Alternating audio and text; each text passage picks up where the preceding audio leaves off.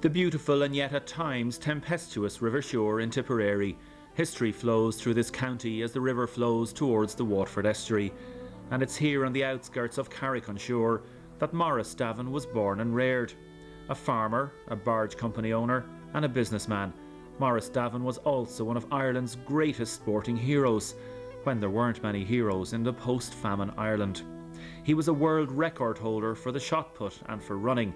He was the first president of the GAA, and also he was a champion rower. Pat Walsh is his great-grandnephew. He now lives in the family home. Maurice was famous as an athlete, principally. He was the first president of the GAA and the chief founder of the GAA with Michael Cusick. He also had a famous sports field here in Deer Park, known as the Deer Park Athletic Grounds, and there were 2 All-Irelands played here.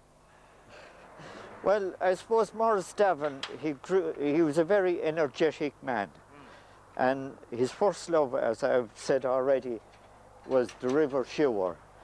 And I suppose for a young fellow of 17, when he left school, you can imagine his excitement in seeing the boats, the crewmen, the horses. Pat, you're going to show me something very unique. I am, Damien. We have here a very special boat. It was built by Maurice Davin in the 1860s. You're telling me there's a boat in this shed? There is this indeed, cow shed? yeah. What's it doing in here? Let's have a look. Well, you'll be wondering.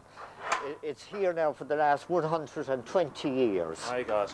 This boat was built by Maurice Davin back in the 1860s by his workmen and himself. It was known as the Cruiskin. It's 38 feet in length, 3 feet wide at the centre. And the colours of the boat when they were rowing were white and blue, the Waterford colours.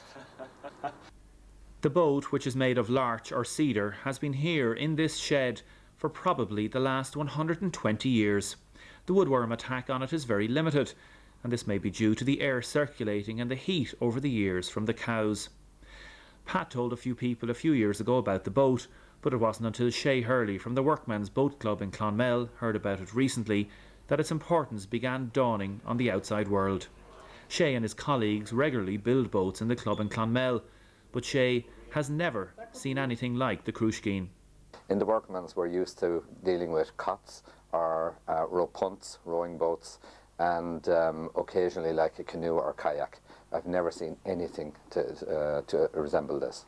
What makes this difference, do you think? Well, for one thing, it's age, okay? It's a boat possibly from the 1850s. I have never seen a boat of this type from that age anywhere on the river to date. Secondly, the quality of the work that's in the boat. If you look along it, you see detail that could only have been achieved by someone who knew wood, who knew metal, and who was able to bring it all together, and who knew what a racing boat was.